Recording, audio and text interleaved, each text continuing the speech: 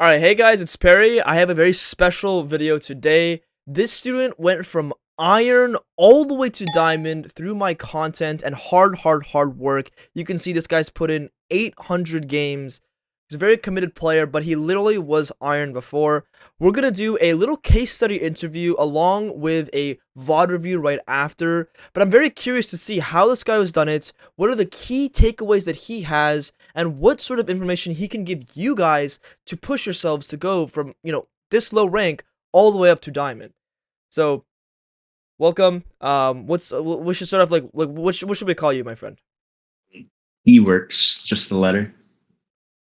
You said what? V? T. Oh, T. Okay, you're gonna Like, T. yeah. Okay, T. Case study. Okay, so give me the top three key takeaways you had when playing your games or when watching my content that helped you go from, I want to just say, like iron 3 to gold 4, because even this alone is a massive step for a lot of people. That one, the Iron 3 to Gold 4 was mainly just playing around, not like just repeatedly inting, like not just running it down trying to get a lead, instead building one off of like farming.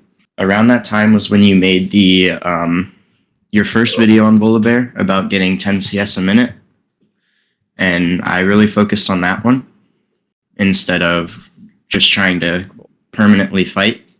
Cool. Okay, so I feel like that's like it's like two things, like no forcing slash permanently fighting. I like those. I like these. These are great points. Anything else that you had from this climb here? Um, Not that I can really remember now. Okay, so we'll just keep it at these key takeaways. Now, going from gold to diamond, that is an impressive feat. So we went from gold 4 all the way to diamond 4. I remember at some point in platinum you were kind of stuck. But just in general, like what sort of key takeaways, key feedback, key things you can tell people who are stuck gold right now or in platinum, like what can they do to make it to diamond like you did? I played like I played a lot towards learning how to team fight more than playing for like myself. Like instead of playing for myself on the side lanes and stuff, I played a lot towards my ADC, pushing them and like peeling them more than playing for myself. Okay, this is an interesting skill. What else did you end up learning or Um, doing to that just helped you to re- diamond?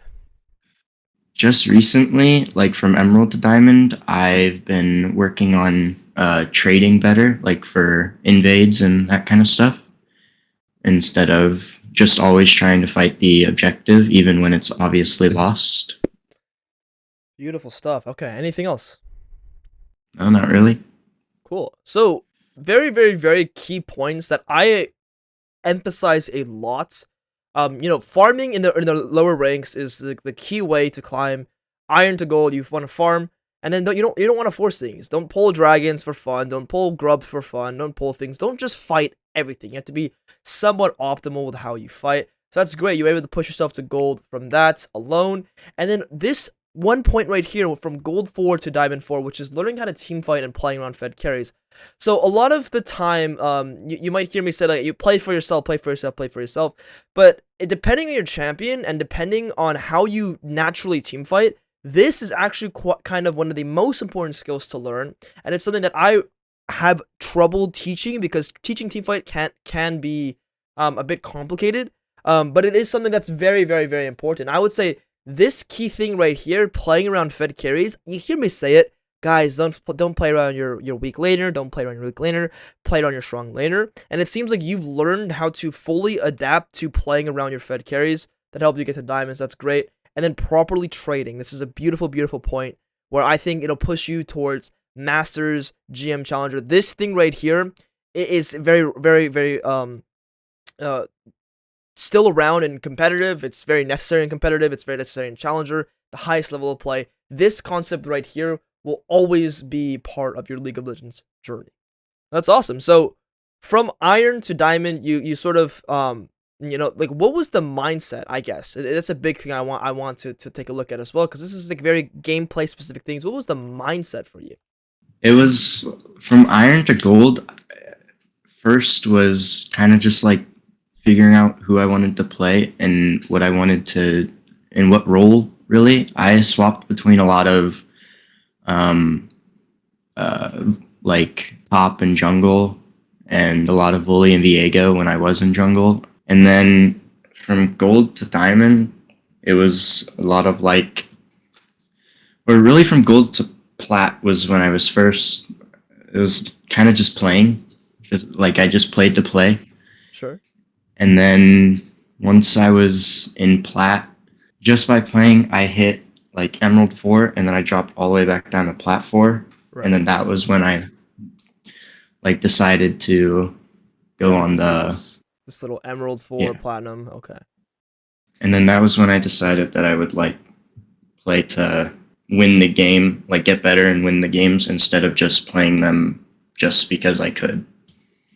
Change from playing to play to learn, learn and win. Okay, that's great. So this is a very common thing for people of lower ranks. They're just kind of queuing up to queue up, and a lot of people just queue up to queue up, and they're not going to gain as much as changing the mindset to I'm going to play to learn and win. And the win doesn't actually come from the LP necessarily. It comes from the learning aspect. Like you will always win when you learn. This is all really really great things, and I just want to emphasize that I mean you're diamond now, and we're gonna take a look at what's keeping you in diamond for the most part. But if you were to say there's like one key thing that you saw from my content, at least my coaching, my feedback, my pointers that I've given out, what would you say like the best piece of information that you could share to everyone that really shaped your perspective on League of Legends? It's kind of like, just you've always said like only one trick, and I kind of took that to heart. I've literally only played Volibear for like pretty much all of my games. Gotcha, yeah. Only one trick. So, number one parry advice. Only one trick. And I think this is that's great. And I think that's probably one of the most important things anyway that I'd emphasize. So I'm glad you took that to heart and you really stuck to that because your volleyball proficiency will probably shows now compared to your other champions. I mean, you've ended up earning 1,000,000 points on volleyball, which in mastery is a lot for a lot of people, and that shows that you really truly understand your champion now, and that's a great great great thing. So that's enough about how you made it from iron to diamond, the key pointers that you've had, the takeaways that you've had from my content, and everything else. That's and the mindset as well. That's enough about that. Let's take a look at some actual gameplay and see how you've leveled up. I mean, like it sucks I don't have like your iron gameplay or stuff. That would be amazing. That'd be like insane, but wasn't that calculated. Let's just take a look at this actual volley versus Elise game. So what happens here? Tell me. What happens in this game? Um, I play. I This game was a big thing about like playing around trading and everything, Okay. because the Elise and Pike were like constantly looking for my jungle. Right. So in a lot of scenarios, I just tried my best to give what I could and take on the other side. Okay. Early Um, getting pushed out pretty hard. It's Darius top lane. Okay. Trying to chunk as much as we can. They end up getting pushed. They end up leaving here, and you have a ward spawning them. That's great. And we use some time to wait. This is good. This is really good patience. So you can already see you're leveling up your gameplay here by not forcing and rushing. And you're willing to spend 4 seconds sitting in a bush patiently. And this is very good. This is like very nice patience that a lot of people actually, they'll just pull the camp and maybe they'll get one shot here by the Darius. Now, um, let's get the pen here. Okay, that's great. You pull this around, save some HP, finish this off here. It's good. And we're doing a nice natural full clear, and Elise is luckily not invading us as well. So both junglers are happily full clearing. Okay, let's take a look. So top gets solo killed. and a little bit throughout this VOD just so you can see fights like while I'm clearing. Okay, so bot goes 1-for-1, but it's a favorable situation, or two for one. It's favorable for us by a lot. And here we're taking a little fight, a little skirmish. Okay. So, oh wow, this guy flashes away from you. Yeah, I was a little confused. Okay. You have complete mid control, and you have Alistar coming out of base. Aphelios is prio. Okay, let's talk about what it's gonna take for you to go from Diamond to Masters, and what it takes for people to go from Diamond to Masters to GM to Challenger. So the key thing that takes someone from Diamond to Masters slash GM slash Masters Plus. Okay, so Diamond to Masters isn't actually that complicated. The big thing for Diamond to Masters is if you are so you need to have your habits refined to like to the perfect molecule. Like you need to be so specific and so accurate every single time with the habits that you have that it's like you know them by heart, by the little atom, by the little speck of it. So that's the first part about Diamond to Masters. But the other thing I want to touch on here is in between Diamond, Masters, GM, and Challenger, there's another big crucial thing. And that's what's going to be your ability to spot plays that are normally not possible or very unique. So your ability to create plays that are normally not part of your normal adaptations slash just just very unique scenarios. So this is probably the most important thing, especially in Masters, but from Diamond as well, it can help you big time.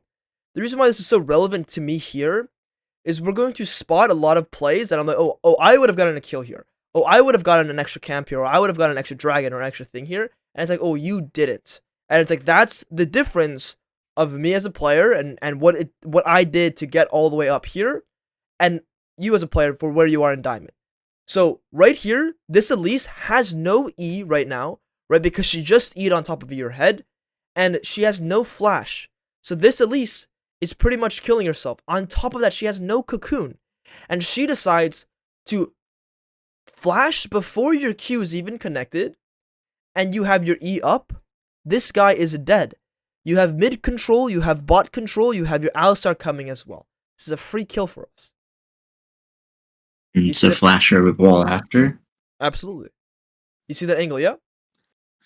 Yep. Cool. And it's almost always worth a flash in the early game if you can guarantee a kill, simply because the plus 300 gold for your item is very helpful, and that's how you snowball games anyway. Like, the only time where I'd really not want to use my flash is if I flash and then I die anyway. Or I flash and get a kill and then I die. But a flash for a free kill, I'm always taking it. Or let's say there's an objective later on in the game that I need to save my flash for, then I'll save my flash. But in the early game, take a kill with a flash. Hmm. Okay. There's also a side note here. This Elise is kind of inting. Okay, what I can do is, like, because Elise is bot side and I'm here as well, what I can do is, instead of showing myself and revealing that I'm here, because the Aphelios is full HP, there's no way in hell this Elise is going to kill my Aphelios. And if Elise does commit onto Aphelios, oh, that's so good for us, because then we can come in and we can take the kill. So this is using Fog of War here. That's actually another big thing for Diamond players, is abusing Fog of War. Okay, so this if this Elise commits with Repel and then Cocoon onto the Aphelios, I am literally grinning. I'm grinning because the Elise is dead. But not only that, let's say Elise doesn't do that because she knows she can't kill the Aphelios full HP with Barrier and Flash. What I have here is a tempo advantage. I can go for this crab here, and I can go for this crab here. I get 2 crabs. So now I have a massive advantage over the Elise.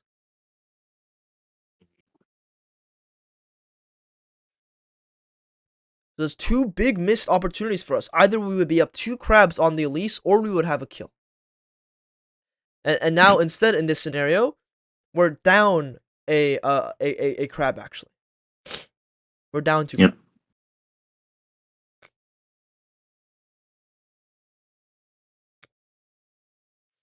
We saw her. Yeah, we saw her by the second tower. Cool. So one thing I'm looking at here is your Azir got a kill with Alistar on the mid lane. That's great. And then your Urgot also got a kill. So your mid and top lane are now in a good position, but your Aphelios is still very strong.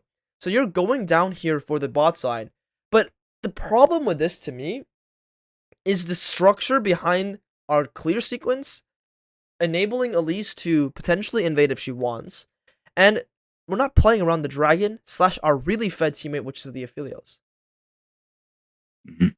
We can see how this plays out. You'll probably be up 2 camps. But yeah, here's the thing: the Elise can always respawn and take your camps. And what sucks about this position is if we just full clear down, Elise has yet to recall, and the enemy Jinx is going to be significantly weaker than Aphelios, and we have mid control. Well, guess what, my friend? You have a winning mid lane and a winning bot lane. That's 2 winning lanes. This dragon should be yours. Mhm. So now we're missing a dragon opportunity, a dragon sequence. And you can sort of see how it's like, oh, I'm getting this dragon here, and I'm getting 2 camps, my wolves and gromps, so Elise isn't counter invading me. And then Elise's tempo is screwed already. She just like overstayed the map big time by a ton. And I'm getting this dragon. Yep. Okay, we hold the way for him. That's fine. We still end up getting the dragon anyway, which is good. At least you've made the judgment call to look for that dragon. That's great. It can be faster. The reason why it's so much slower because after your wolves here, well, two reasons. You had all this travel time here, and then all this travel time here, which that is 30 seconds of time that you're traveling around the map that would have been negated if you just boop, boop, boop, boop, boop. Right. Yeah.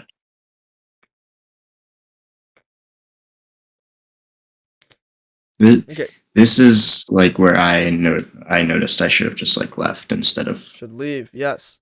So in a situation like this, you have no real And reason to stay on the red buff specifically. You can leave here, and what you do is you leave to your Krugs, and you might lose red buff, but it is what it is. Another big thing to Mhm. me is you don't check the bush first. I'm literally always checking the bush because Fog of War. If someone's in this bush and he sees me use all my spells, uh-oh. If he's in that bush though and he doesn't see me use my spells, he doesn't know what I have. He's gonna be a lot more afraid. Mhm. So check the bush always.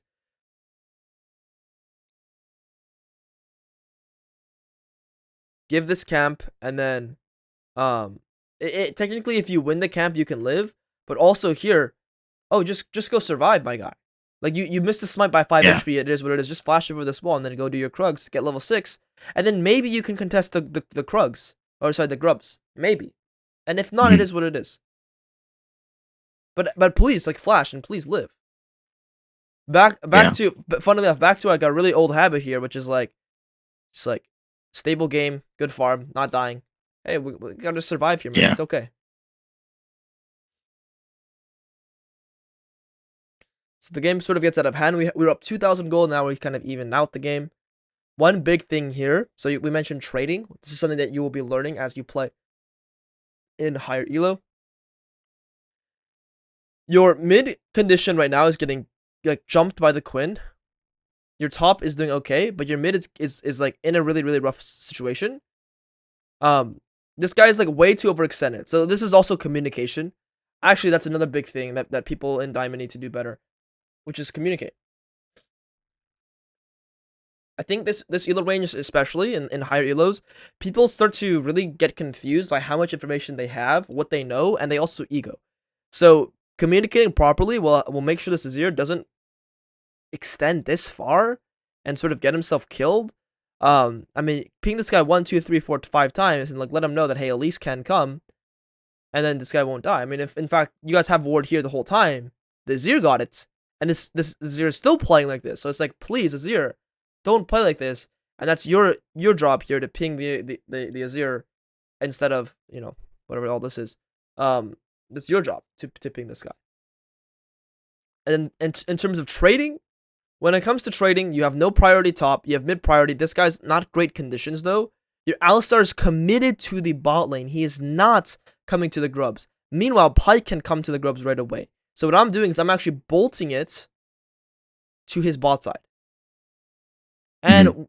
okay, he gets the grubs, but at least I trade my camps back. So okay, you won these 2 camps, I'm gonna win these 3 camps, and then I'm gonna dive your bot lane. Yeah. This is where trading really matters. Now you might be there anyway, but you're going to be very late to the trade. Mhm. Very late, so you're not able to get Now much. I only get 1 instead of 3. Yeah. Yeah.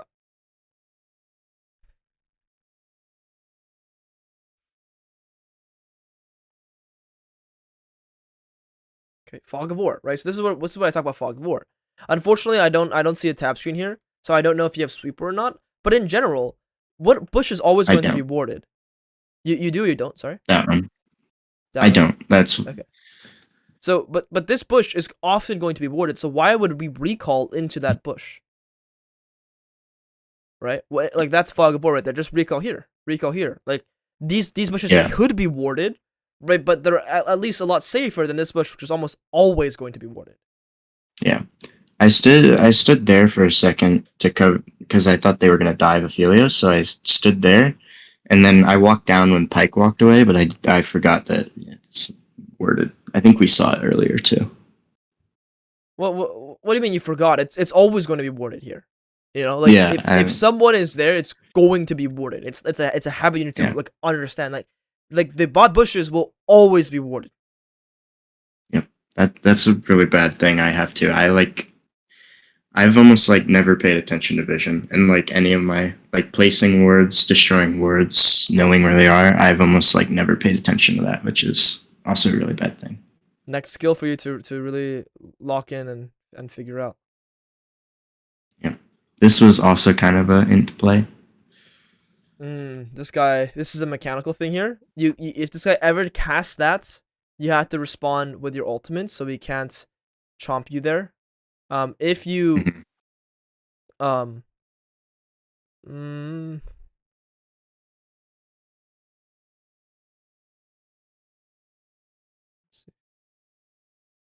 When playing against Elise, I don't play against her very often, so I just don't really know her limits or what she can do. I'm trying to look here. I think you W'd like his like fucking you I W'd think I him. did. Yeah, I did. I W'd one of his spiders. That's what I'm looking for. That's what I'm looking at because I don't see the mark on her, which doesn't change too much necessarily. But I think this is um less about to me this is less about Elise's limits in general. I mean, come on man, you know Elise can just one shot you. You know Elise is like very powerful. It's the fact that you want to fight here without any spells. Hey, your Hmm. your your Q and your E are down right now. Yeah. Do not fight without your Q and your E. But you're fighting. So I would ult away immediately and just live. Try to live. But you're like, ooh, let me fight here, and then you take this guy's Q. Hmm. You will have a better chance of living if you immediately ult away. You might still die. Yeah.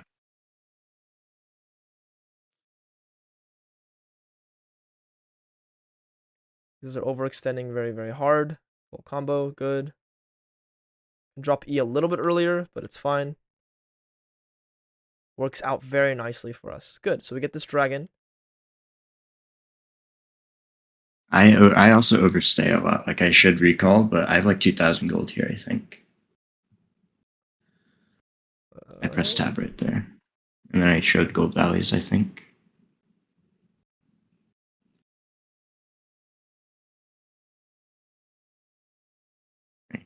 yeah, you're sitting on item at least. It looks like. You went for tier two Yeah, boots early. Yeah, at least you have item. Okay. and this was when I was reviewing this. That was like a big thing. Is I need to work on recalls as well because I do this a lot where I stay on the map even though I'm sitting on like item and a half. Okay, so let's talk about items. Let's talk about tempo here. Let's talk about do we need to recall or not. So right now, your Philios has a collector and a BF sword, and your Azir has a Nashor's. Let me ask here, for what are you playing for from your perspective? My Aphelios and my Azir. Okay, well, what around them? Like what are you playing for?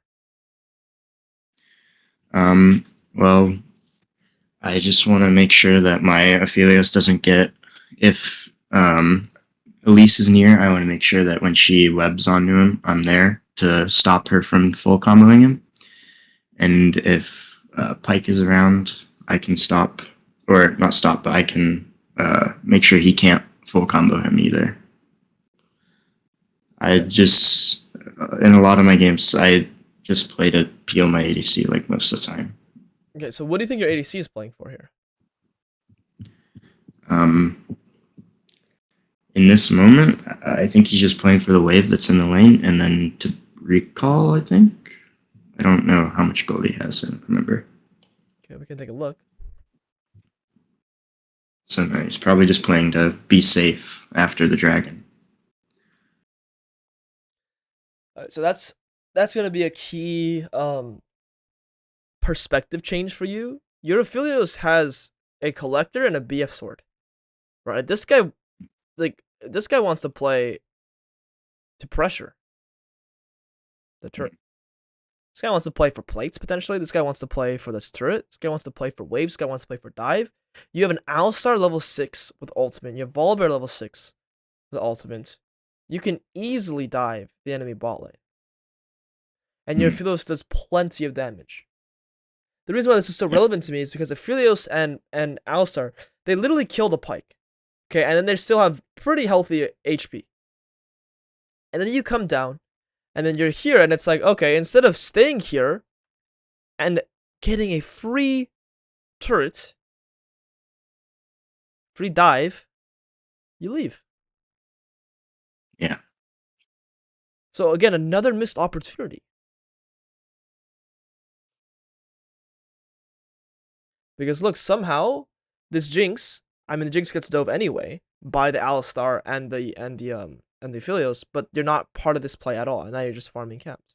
So when you have hard winning lanes, it's like good. I'm glad you're learning how to play around your teammates in the sense of fights, but it's very important to learn how to actually work with them depending on what they're playing for.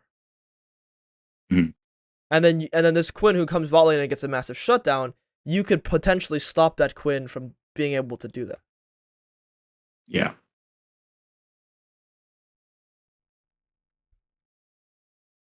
But yeah, we're sitting on 2k here. And the Herald is up. Okay, at least we trade here. This is fine. But we do need to recall after.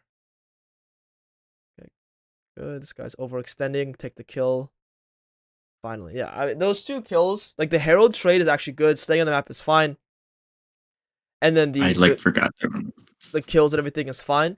What's not fine is like all the way back here, going for this blue buff instead of recalling. That's the big problem. Is like you should be recalling, and you should also just give this blue buff and go do the Herald. Like fuck your blue buff. Who cares? This Herald alone is worth 200 gold, plus 2 camps worth of EXP. And then if you can guarantee a outer turret break, that's 500 gold. You can guarantee an inner, that's 800 gold. So you're guaranteed at least 700 gold from this Herald, which is worth way more than this blue buff. Yeah.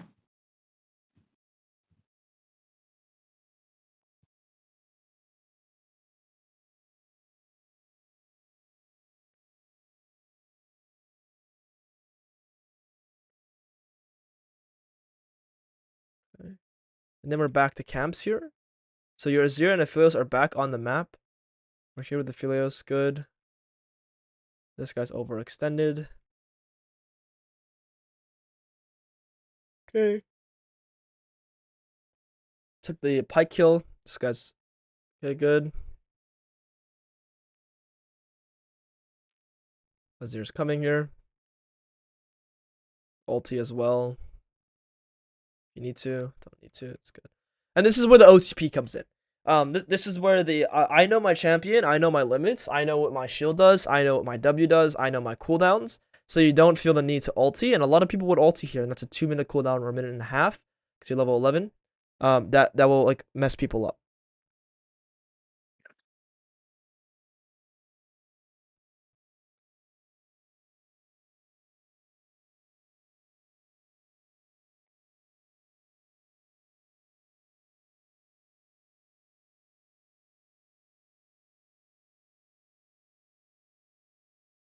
One second here. Sorry. All right, let's take a look at the next sequence here. So we do look for a recall. This is good. Okay. We go up here. We're with our Aphelios. Great. So Aphelios is trying to like fight here. You're fighting on Aphelios. But then like look here. Like Aphelios is going for this next wave. And although he has vision and vision here, what I care about is getting this crab and getting this Otacon and making sure my Aphelios doesn't get caught by, let's say, Elise and Pike are going at this Aphelios like right now. Like look, they're like they're like I mean Pike does show actually that's their board. So it's just a little like hey, like you know how to play around in your teammates in terms of fights, but when I say guys, learn how to play around your strong side, I really mean please play around your strong side, play around your strong teammate, make everything about your strong teammate. And then also this Otacon is free. It's yours. Yours your Yeah, I also SPP. kind of like lost train of thought and went to wolves when I should have been on outcome. Should just be on I Otacon. like said that while I was playing too. Okay, and then here, like, look at where you sort of are. This is not bad because you're pushing 2 lanes, but it's just make sure you're around your Aphelios for everything. And then the game wraps up itself. All right, 1 second. Sorry. All right, sorry about that. I had to respond to something. Okay, so let's take a look at the end of this game here. So we just push in and we're able to just do this. So that's great. But hopefully you can see the difference of what I would be doing in this game. The sort of the changes that I would make to make this game even easier. Because although this game was really easy, you had like 3 really good lanes. Your mid ended up clutching up, top as well, and your bot lane was winning the whole game. There were things that you can make this game even easier, but on top of that, in a game that's closer, if you're not working on your Aphelios as hard as I'm saying, you might actually end up losing this game. It's possible. Maybe not how fed people are, but at the very least, we saw these 2 big things, or this big thing right here. It's abusing Fog of War. Be highlighted multiple times where it's like, wow, you're really not aware of your character, where you are, what the fog lines look like, and that's super duper important for you because that's that's probably one of the next habits that you need to refine and learn about because other things look pretty nice. Your champion efficiency is there. Your overall decision making around camps is good. Your playmaking can use work in terms of okay, my teammate is fed. What does my teammate want to play for? My teammate is winning. Can we dive? Can we pressure waves? Can we pressure camps? That needs work. But at the core of everything, you have it down. It's now abusing Fog of War. It's your ability to spot more plays, and that includes finding plays with your Aphelios when he wants to make plays. That includes that hey, right here, right now, after this Gromp, they're fighting, they're winning. You need to be there, and you need to dive their bot lane, and you need to go take the Krugs. You need to go chunk the Quinn. You need to go make stuff happen here. This is the same thing that I'm talking about right here. Your ability to spot plays that are not part of your normal adaptations or very unique scenarios. This is a unique scenario here where your Aphelios is just up 2, 3, 4 kills. Item, so fed. Your Alistar has ultimate. You need to find and you need to spot these conditions to then push yourself through Diamond to Masters. You're already doing great, and the rate at which you're going, you'll be fine. But if you want to accelerate that even further, this right here is what you should be looking at. So the way to improve on this is you watch higher elo players play, and you ask yourself, okay, so watch higher elo players. Higher elo players play. And you ask yourself, what would I do here? What would I do here in this position? And then you watch. You watch and see. So you ask this and you answer. And then you see, okay, so let's say you're watching a challenger player and then you ask, or I ask myself here, let's say this is a challenger gameplay. I will use this for an example. It's a challenger gameplay. And say, what would I do in this position? Okay, so for me, what I would do with Filio's so strong, Alistar still has ultimate, Pike is dead, Jinx is here, Elise could be here, but even if Elise is here, I'd want to be there. I would go pressure bot dive. And then I see the challenger player go to his wolves. Then I can sort of think about that perspective and think about how that changes the way I play the game. And then I'm like, okay, that doesn't completely change everything. Then I'll watch another person and I'll watch a similar scenario. I'm like, okay, I would do the same thing. I would dive here. And then I'll watch this next challenger player. Maybe this next challenger player, instead of diving here, maybe he wants to pressure the Raptors. Maybe he wants to pressure the Krugs. Maybe he wants to dive mid lane. And then I'll sort of see more perspective. Maybe he wants to hit B and just get his item. Like maybe I just hit B here. And then the big thing though is you need to improve this ability right here. You need to improve this skill. Spot different plays. Do you have any questions on that? No, not really. All right, it's cool. Do you have any questions overall for me? Uh, no.